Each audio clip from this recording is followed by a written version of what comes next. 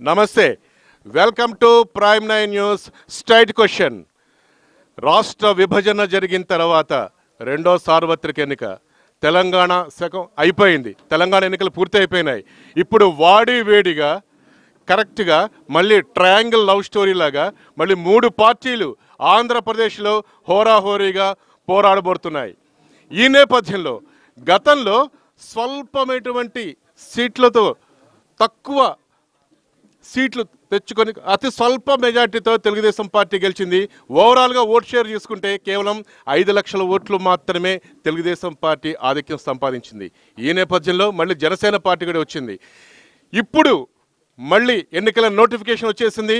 నాయకులందరూ ప్రజల్లోకి వచ్చేసారు. ఇప్పుడు ఏ పార్టీ ఆధిక్యం సంపాదిస్తున్నది ఒక సైలెంట్ వ్యాక్యూమ్ మాత్రం ఆంధ్రప్రదేశ్లో ఉంది. ఆంధ్రప్రదేశ్ ప్రజలు ఆల్రెడీ ఫిక్స్ అయిపోయారు. అయితే జనసేన అధికార పార్టీనా లేకపోతే జనంలోకి పాదయాత్ర చేసిన జగన్? ఈ నేపథ్యంలో ప్రస్తుతం మనం బార్డర్లో ఉన్నటువంటి జగ్గైపేటకు వచ్చాం. సామినేని ఉదయభాను గారు మనతో ఉన్నారు. వారు senior most politician. YS Rajasekhara Reddy గారికి చాలా కుడిభుజంగా ఉన్నారు. చాలా సౌమ్యుడు, ప్రజల మనిషి. అయితే గతంలో వారు ఓడిపోయారు. 2 టర్మ్స్ ఓడిపోయారు. లాస్ట్ టర్మ్ కేవలం 1650 ఆ ఓట్ల తక్కువతోటి ఆయన పరాజయం పాలారు. కానీ ఈసారి మాత్రం గెలుపుకి ఆయనకి అనుకూలించే అంశాలు ఏంటి? వైఎస్ రాజశేఖర్ సానుభూతి, లేకపోతే జగన్ పాదయాత్ర, అధికార పార్టీ తీవ్ర వ్యతిరేకత, మరి ఇప్పుడున్నటువంటి సిట్టింగ్ ఎమ్మెల్యే 10 సంవత్సరాలు ప్రజలకు అందుబాటులో ఉన్నాడా లేడా, మరి గతంలో ఇచ్చిన హామీలు వాళ్ళు నిలబెట్టుకున్నారా, మీరు వీరేం చేశారు? ఇవన్నీ ప్రైమ్ 9 న్యూస్ స్ట్రైట్ క్వశ్చన్ ద్వారా మొత్తం యావత్ తెలుగు రాష్ట్రాల్లో ఉన్నటువంటి ఆంధ్రప్రదేశ్ ప్రజలందరికీ మీ ముందు ప్రశ్నిస్తోంది సామినేని ఉదయభాను గారిని స్ట్రైట్ క్వశ్చన్ ద్వారా ప్రైమ్ 9 న్యూస్. వారితో ఒకసారి మాట్లాడదాం. వారిలో నిజమేంటి, అబద్ధాలేంటి, అవన్నీ మీరే జడ్జ్ చేసుకోండి. ఇక్కడ వాళ్ళందరూ వీరందరూ సాక్షిభూతం ఆ నియోజకవర్గ ప్రజలే. సామినేని ఉదయభాను గారు, ఎండలు వచ్చేసినాయి.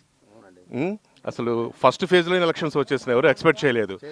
మీరు గ్రామాల్లో మీరు తిరుగుతున్నారు. మీకు ఫస్ట్ రియాక్షన్ ఎట్లా వస్తుంది? రేపు జరగబోయే అసెంబ్లీ ఎన్నికలు 5 కోట్ల ఆంధ్రులు కూడా రావాలి జగన్, కావాలి జగన్ అని కూడా ఎదురు చూస్తున్నారు. ఈ సమయంలో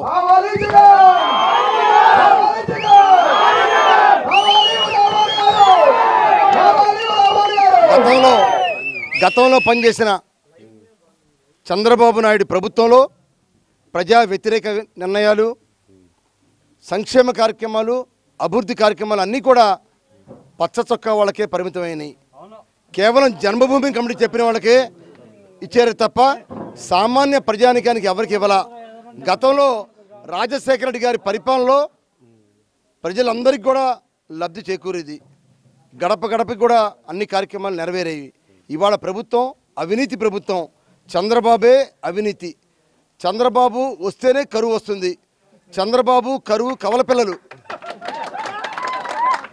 ఈ రాష్ట్రంలో రైతులు అనేక రకాలుగా ఇబ్బంది గురవుతున్నారు. సకాలంలో నీరు రావట్లేదు. పండిన పంటకు గిట్టుబాటు ధర లేదు. ఇవాళ అనేక రకాలుగా అప్పులు పాలయ్యారు.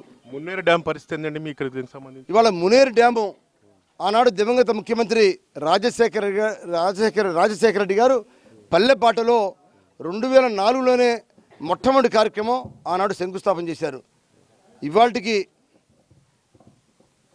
15 సంవత్సరాలు అయినప్పటికి కూడా ఆ కార్యక్రమం ఇంతవరకు కూడా పూర్తి కాలేదు. ఇవాళ తెలుగుదేశం ప్రభుత్వ హయాంలో మరి 10 సంవత్సరాలుగా చంద్రబాబు నాయుడు హయాంలో మరి ఏమాత్రం కూడా గతంలో ఆయన 9 సంవత్సరాలు పనిచేశాడు. ఇవాళ 5 సంవత్సరాల పాటు పనిచేశాడు. అప్పటి నుంచి ఇప్పటివరకు కూడా చంద్రబాబు నాయుడు హయాంలో ఏ ప్రాజెక్టు కూడా రాలేదు. ఎత్తిపోతల పథకాలు కూడా సరిగా ఎక్కడ కూడా నడవట్లేదు. ఇవాళ సాగునీరుకి అనేక రకాలుగా ఈ నియోజకవర్గంలో ఇబ్బంది గురవుతున్నారు. ఇవాళ ఎన్ఎస్పి సాగర్ పక్కనే తెలంగాణ రాష్ట్రం ఉంది. ఎన్ఎస్పి సాగర్ నీళ్లు పక్కనే మన రాష్ట్రంలో ఉన్న ఆంధ్రాకి ఎక్కడ కూడా నీళ్లు వచ్చే పరిస్థితి లేదు. ఎవరు కూడా రాజకీయ నాయకులు ఎవరు కూడా ప్రజాప్రతినిధులు ఎవరు కూడా అక్కడ ఇంజనీర్స్ని క్వశ్చన్ చేసే పరిస్థితి లేదు. దీనివల్ల అనేక రకాల ప్రజలు ఎన్ఎస్పి ఎడమ కాలువ కింద ఉన్న 16 నెంబర్ బ్రాంచ్ కెనాల్ కింద ఉన్న ఈ ప్రాంతం అనేక మంది వరి పంటలకు కూడా పూర్తిగా రెండో పంటకు నీరు అందక ఇవాళ మెట్ట మాగాణి పంటలు కూడా పూర్తిగా నాశనమయ్యే పరిస్థితి ఏర్పడింది. సో ఇప్పుడు ప్రధానంగా చూసుకుంటే మీ నియోజకవర్గానికి సంబంధించి ప్రజలు మార్పు కోరుకుంటున్నారా లేదు అని చెప్పేసి అంటే కేవలం రాజశేఖర్ గారి సానుభూతి మీద మిమ్మల్ని గెలిపించాలనుకుంటున్నారా, లేకపోతే ఎమ్మెల్యే పనితీరు సరిగా లేదని చెప్పేసి మీరు గెలుద్దాం అనుకుంటున్నారా? మీ ప్లస్ పాయింట్స్ ఏంటి, వాళ్ళ మైనస్ పాయింట్స్? ఇవాళ ప్రజలు 13 జిల్లాల్లో ఉన్న ఆంధ్రప్రదేశ్ ప్రజానికి అంతా కూడా ఆంధ్రప్రదేశ్ ప్రభుత్వం ఆంధ్రప్రదేశ్లో తెలంగాణ రాష్ట్రంలో మరి ఆనాడికి మొన్న కేసీఆర్ ఎలక్ట్ అయ్యాడు, వన్ సైడ్ ఎలక్షన్ జరిగింది. ఇవాళ తప్పనిసరిగా జగన్మోహన్ రెడ్డి గారి నేతృత్వంలో ఈ రాష్ట్రంలో తప్పనిసరిగా వైఎస్ఆర్ ప్రభుత్వం రాబోతా ఉంది.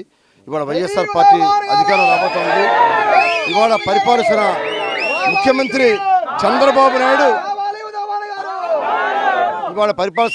చంద్రబాబు నాయుడు పట్ల పూర్తి వ్యతిరేకత ఉంది. ఈ శాసనసభ్యుడు జగ్గయ్యపేట నియోజకవర్గ శాసనసభ్యుడు శ్రీరామ్ తాతయ్య కూడా అనేక పనుల్లో కూడా ఇవాళ ప్రభుత్వ నిధుల్లో కూడా అవినీతి మయంతో ఉంది. ఇవాళ ఇక్కడ నుండి ఇసుక హైదరాబాద్కి తరలి వెళ్ళిపోతూ ఉంది, ఖమ్మంకి తరలి వెళ్ళిపోతూ ఉంది. కోట్లాది రూపాయలు ఇసుక అక్రమ రవాణా వల్ల శాసనసభ్యుడు అనేక రకాలుగా అక్రమ సంపాదనతో ఉన్నాడు. ఇవాళ నియోజకవర్గ అభివృద్ధి ఎక్కడా లేదు. ఇవాళ ఈ నియోజకవర్గంలో ఒక కొత్త ప్రాజెక్టు రాలేదు, సాగునీరు ప్రాజెక్టు రాలేదు. ఇవాళ కనీసం ఒక పరిశ్రమ కూడా రాలేదు. ఈ ప్రాంతం మెట్ట ప్రాంతం, అనేక రకాల అవకాశాలు ఉన్నాయి, ఇక్కడ అనేక రకాల ఖనిజాలు ఉన్నాయి, ఎక్కడ కూడా ఒక పరిశ్రమ లేదు. ఉపాధి రంగంలో కూడా ఎవరికి నిరుద్యోగ సమస్య ఎక్కడ కూడా తీరలేదు. ఇవాళ బాబు వస్తే జాబ్ అన్నారు, ఎక్కడా జాబ్ రాలేదు. నిరుద్యోగ వృత్తి అన్నారు, అది రాలేదు. ఇక్కడ ప్రజానికం అంతా కూడా విసిగి వేసారిపోయారు. ఈ ప్రభుత్వాన్ని ఎప్పుడు పారదోలాలా, ఈ ప్రభుత్వాన్ని ఎప్పుడు వదిలించుకోవాలా, ఇవాళ ఓటు ద్వారా కూడా అనేక రకాలుగా వాళ్ళ ప్రభుత్వానికి తెలుగుదేశం ప్రభుత్వానికి బుద్ధి చెప్పడానికి సిద్ధంగా ఉన్న ప్రజలు. కృష్ణా జలాలు తీసుకొస్తామని చెప్పినారు, మీరు తీసుకొచ్చారా? ఆయన కూడా తీసుకురాలేదు, ఎందుకు తీసుకురాలేకపోయారు? ఇవాళ కృష్ణానదీ జలాలు సాగునీరుకైతే పూర్తి స్థాయిలో అందట్లేదు. ఎక్కడ కూడా ఇంజనీరింగ్ శాఖలో ఇంజనీర్స్ ఎక్కడ కూడా పూర్తి స్థాయిలో లేరు. రిటైర్డ్ అయిన ఇంజనీర్స్ ప్లేస్లో కొత్తగా ఏ ఇంజనీర్ జాయిన్ అవ్వట్లేదు. అంతా కూడా కాంట్రాక్ట్ ఉద్యోగాలు అవ్వటం వల్ల ఎవరు కూడా సాగునీరు పరిస్థితి సరిగా ఎక్కడ కూడా లేదు. ఇవాళ తప్పకుండా రాబోయే రోజుల్లో జగన్మోహన్ రెడ్డి గారి నేతృత్వంలో జరగబోయే కొత్త ప్రభుత్వంలో అందరికీ చివరి భూములకు కూడా నీరు అందే విధంగా తప్పకుండా మేము రూపకల్పన చేస్తాం, పక్కగా చేస్తాం. ప్రతి వారికి కూడా సొంత ఇల్లు కట్టేవారికి కూడా పూర్తి స్థాయిలో ఇల్లు కూడా పూర్తిగా ఇవ్వడానికి సిద్ధంగా ఉన్నాం. ముఖ్యంగా నిరుద్యోగ సమస్య, ఈ రాష్ట్రంలో 1,40,000 ప్రభుత్వ ఉద్యోగాలు ఖాళీగా ఉన్నాయని చెప్పి ప్రభుత్వ శాఖల వాళ్ళు చెప్పారు. చంద్రబాబు నాయుడు ముఖ్యమంత్రి అయిన తర్వాత 2014లో ఒక్క ప్రభుత్వ ఉద్యోగం కూడా ఎవరికి రాలా. అన్ని శాఖల్లో ప్రభుత్వ ఉద్యోగాలన్నీ కూడా రిటైర్డ్ అయిపోయి ఖాళీగా ఉన్నాయి. తప్పకుండా ఇవాళ గ్రూప్ 1 గ్రూప్ 2 ఎలాగైనా బీఎస్సీ ఇవాళ డిఎస్సి కానీ ఏ శాఖలు కూడా ఇవాళ పూర్తిగా అన్ని ఖాళీగా ఉన్నాయి. కేవలం పేపర్కే పరిమితం తప్ప ఎక్కడ కూడా ఉద్యోగాలు ఇచ్చిన పరిస్థితి ఎక్కడ లేదు. తప్పకుండా రాబోయే రోజుల్లో జగన్మోహన్ రెడ్డి గారు పాదయాత్ర కూడా స్పష్టంగా చెప్పారు, అనేక రకాల హామీలు ఇచ్చారు. ముఖ్యంగా నిరుద్యోగ సమస్యను పరదోలుతామని చెప్పారు, నిరుద్యోగులకు ప్రత్యేక ఉద్యోగ అవకాశాలు కల్పిస్తామని చెప్పారు. ఆరోగ్యశ్రీ కార్యక్రమాన్ని కూడా పూర్తిగా ఆరోగ్యవంతంగా చేస్తామని చెప్పి తెలియజేశారు. అలానే ఇవాళ ఆరోగ్యశ్రీ కార్యక్రమాల్లో ఒక వినూత్నమైన ఆరోగ్యశ్రీ కార్యక్రమం కూడా ఒక వినూత్నమైన ప్రకటన చేశారు జగన్మోహన్ రెడ్డి గారు. 1000 రూపాయలు దాటిన ప్రతి జబ్బుకు కూడా ప్రభుత్వమే భరాయిస్తుంది. ఇవాళ ఆంధ్రప్రదేశే కాదు, భారతదేశంలో ఏ రాష్ట్రంలో సరైన ట్రీట్మెంట్ చేయించుకుంటే 5 లక్షల ఖరీదైన వైద్యం చేయించుకోవడం కోసం ప్రతి తలకాటి వారి కూడా అవకాశం కల్పించారు జగన్మోహన్ రెడ్డి గారు. దీనివల్ల చాలామంది కూడా ఆరోగ్యమే మహాభాగ్యంలాగా ప్రతి వారికి కూడా ఆరోగ్యం బ్రహ్మాండంగా ఉంటుంది. కాబట్టి అటువంటి పరిపాలన కావాలని చెప్పి ప్రజలు కూడా ఎదురు చూస్తున్నారు. ఇవాళ మీ నవరత్నాలన్నీ కాపీ కొట్టేసి సంక్షేమ పథకాలు పెట్టేశారని అంటున్నారు, నిజమే? ఇవాళ రాష్ట్రంలో ప్రజానికాన్ని అందరికీ తెలుసు, నవరత్నాల ద్వారా 2017 జూలై మాసంలోనే 1000 రూపాయల పెన్షన్ 2000 రూపాయలు చేస్తామని చెప్పి ఆనాడే చెప్పాడు జగన్మోహన్ రెడ్డి గారు.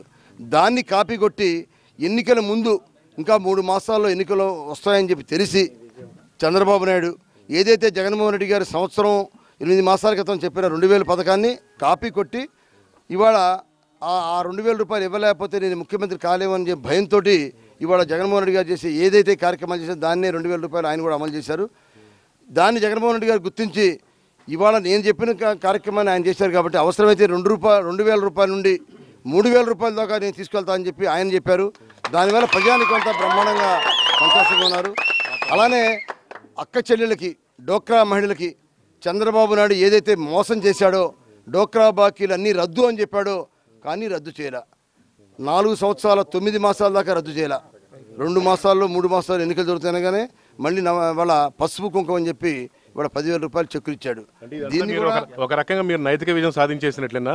మీరు ఇచ్చిన నవరత్నాలని కాపీ కొట్టేసి ఆయన పెట్టేశారు అని చెప్పి అంటే ఒక రకమైన భయం పట్టుకొని ఆయన ఇలా పనిచేశారు మీరు అనుకుంటున్నారు? ఎటువంటి పరిస్థితుల్లో నైతిక విజయం చంద్రబాబు నాయుడుకి రాదు, రాబోదు కూడా. ఎందుకంటే చంద్రబాబు నాయుడు ఒక మోసకారి అని చెప్పి ప్రజలందరూ కూడా గుర్తించారు.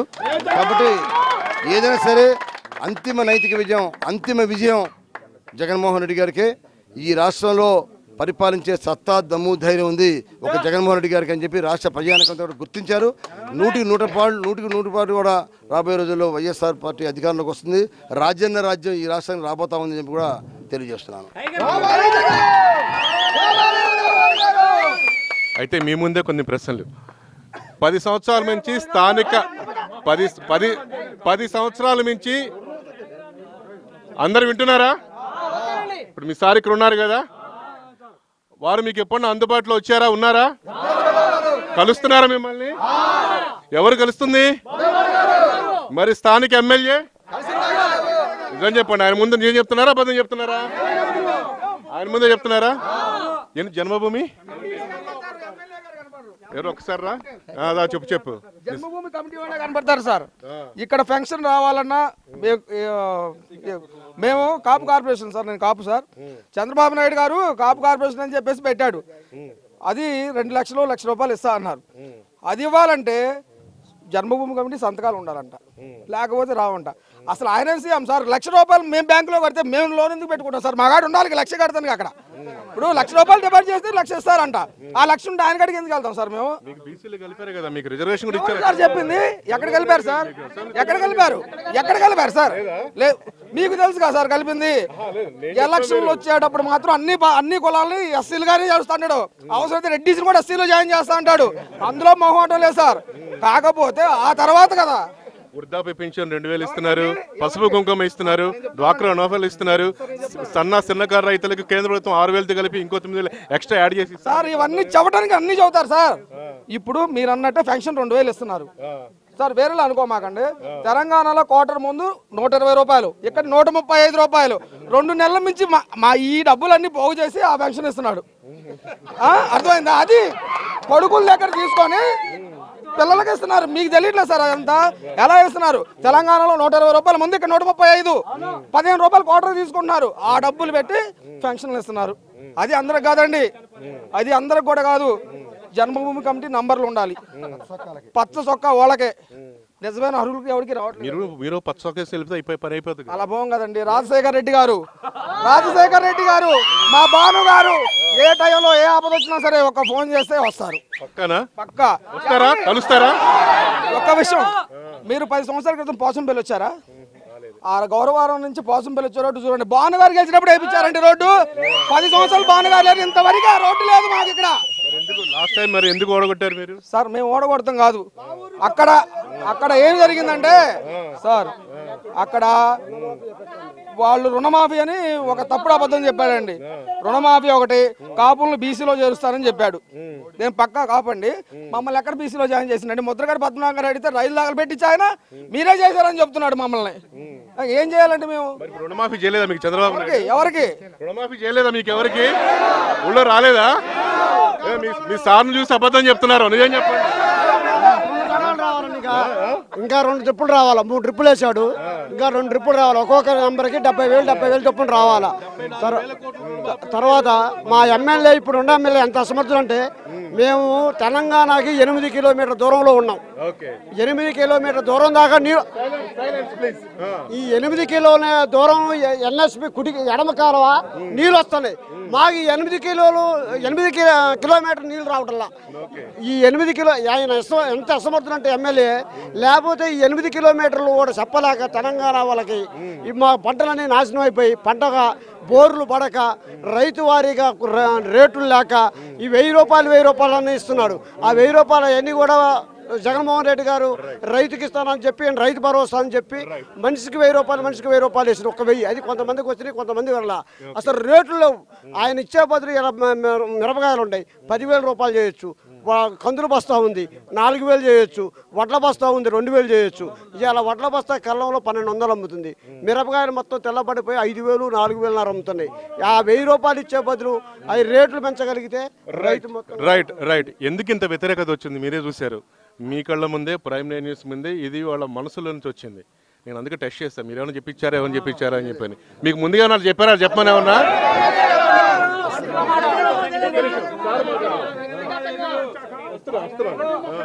ఇవాళ దీనికి కారణం చంద్రబాబు నాయుడు ఇచ్చిన అబద్ధపు హామీలే. అబద్ధపు హామీలతోటి అధికారంలోకి వచ్చాడు. 600 హామీలు ఇచ్చాడు, ఏ హామీ కూడా నెరవేరలేదు. అందువల్ల ఈ వ్యతిరేకత వచ్చింది. గతంలో రాజశేఖర రెడ్డి గారు ఇచ్చిన హామీలు నెరవేర్చాడు, ఇవన్నీ కూడా ఆయన చెప్పని కూడా చేశాడు ఆయన. అందుకని ఆయన పట్ల అంత అభిమానం, ఈయన పట్ల అంత వ్యతిరేకత. జనసేన కూడా మీకు ప్రధాన పోటీగా వస్తున్నట్లు జనసేన ఈ ప్రాంతంలో ఈ జిల్లాలో అక్కడ లేదు. జనసేన మీరు సరే ఓగాలు చూసుకుంటే బీజేపీతో మీరు కలిసి వెళ్తున్నారట కదా. బీజేపీకి మేము కలిసి వచ్చే పరిస్థితి అక్కడ లేదు. మేము ముందే చెప్పాం, ఎన్నికలు అయిన తర్వాత ప్రధానమంత్రి ఎవరైతే అవుతారో, ఏ ప్రధానమంత్రి అయితే ఆంధ్రప్రదేశ్కి ప్రత్యేక హోదా ఇస్తానంటారో ఆ పార్టీకే మద్దతు ఇస్తారని చెప్పి జగన్మోహన్ రెడ్డి గారు స్పష్టంగా చెప్పారు. కానీ నిన్న స్టింగ్ ఆపరేషన్లో ఒక ప్రైవేట్ ఛానల్ వాళ్ళు, జాతీయ స్థాయిన వాళ్ళు ఒక వైసీపీ వాళ్ళు పట్టుకున్నప్పుడు కరెక్టే బీజేపీతో మేము కలిసి వెళ్తున్నాం అని చెప్పేసి వాళ్ళు బయటికి తీసుకొని వచ్చారు. జగన్మోహన్ రెడ్డి గారు పదే సార్లు చెప్పారు, ఏ పార్టీతో కూడా మా పొత్తు లేదు, మేము సింగిల్గానే వెళ్తున్నాం తప్ప ఏ పార్టీతో పొత్తు లేదు అని చెప్పి స్పష్టంగా చెప్పారు. ఏ జాతీయ పార్టీతో లేదు, ఏ స్థానిక పార్టీతో కూడా, ఏ ప్రాంతీయ పార్టీతో కూడా మా పొత్తు లేదు. సామినేని ఉదయ భాను గారికి అసలు ఎందుకు ఓటు వేయాలి మీ నియోజకవర్గం ప్రజలకు మీరు సూటిగా చెప్పండి. సామినేని ఉదయ భాను నేను, నా పట్ల ప్రజలు అంతా కూడా నమ్మకంతో ఉన్నారు. నేను గతంలో ఏదైతే చెప్పానో చెప్పిన హామీలన్నీ కూడా నెరవేర్చాను. ఈసారి కూడా దాదాపుగా ప్రతి గ్రామం కూడా నేను తిరుగుతున్నాను.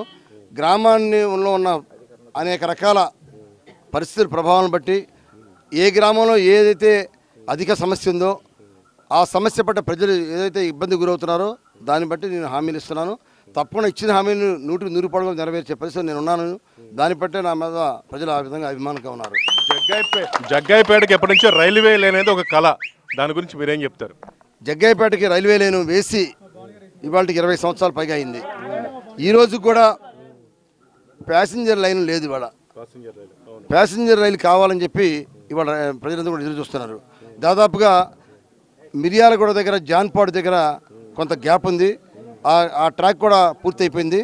నేను నిన్ననే ఒక సభలో చెప్పాను, నిన్ననే భీమవరం విలేజ్లో సభ చెప్పాను. భీమవరం పక్కనే ఒక రైల్వే స్టేషన్ కూడా ఉంది. ఇదే టైంలో నిన్న కరెక్ట్గా 2 గంటలు 24 గంటలు అయింది. నిన్న భీమవరం గ్రామంలో, ఈ భీమవరం గ్రామానికి Guntur to Hyderabad rail via Bhimavaram తప్పనిసరిగా నడిపిస్తానని చెప్పి నేను హామీ ఇచ్చాను. అక్కడ ఈ హామీ ఇచ్చారు. ఇంతమంది 10 సంవత్సరాలను ఎమ్మెల్యే చేయలేదు. అంతకుముందు వైఎస్ రాజశేఖర్ గారి హయాంలో ఉన్నప్పుడు తను చేశానని చెప్పారు. ఈ హామీని మీరు నమ్ముతున్నారా? పక్కానా? మరి సామినేని ఉదయ భాను గారు ఈసారి ఎలక్షన్లో గెలుస్తానని మీరు అనుకుంటున్నారా? ఎంత మెజార్టీతో గెలవబోతున్నారు? జగన్కి ఎంత మెజార్టీ మీరు కానుగ్గా ఇస్తున్నారు? ఎంత మెజార్టీ, మంచి మెజార్టీతో గెలిపిస్తారని చెప్పి నమ్మకం నాకు ఉందండి. తప్పనిసరిగా జగన్మోహన్ రెడ్డి గారికి మేము మా విజయాన్ని కానుక ఇస్తాం. మేము ఇప్పుడు ఆల్రెడీ మీరు ప్రమాణ స్వీకారం కూడా చేసేసారు, సామినేని ఉదయ భాను అని నేను అని చెప్పేసి అని. ఓకే, థ్యాంక్ యూ ఉదయ భాను గారు. సో ఇక్కడ మాత్రం ప్రజల నుంచి మనస్ఫూర్తిగా వచ్చిన స్పందన, వారి అభ్యర్థి ముందే వాళ్ళ మనోభావాలు కూడా మనకు తెలియజేశారు. కానీ ఒకటైతే ఫ్యాక్ట్, ఈ ఎన్నికల్లో మాత్రం ఓటర్ మాత్రం చాలా సైలెంట్గా తీర్పు ఇస్తాడు. గత ఎన్నికలకు భిన్నంగా మాత్రం ఈ ఎన్నికలు స్టార్ట్ కాబోతున్నాయి. మరి పోలింగ్ రోజు కౌంటింగ్ వరకు ఉండాలంటే కాస్త ఆ సస్పెన్స్ మాత్రం సస్పెన్స్ కంటిన్యూ అవుతుంది. అప్పటి వరకు మనం వేచి చూడాల్సిందే. ఇది సామినేని ఉదయ భాను గారితో స్ట్రైట్ క్వశ్చన్. చూస్తూనే ఉండండి ప్రైమ్ నైన్ న్యూస్. నిజం ఇదే మా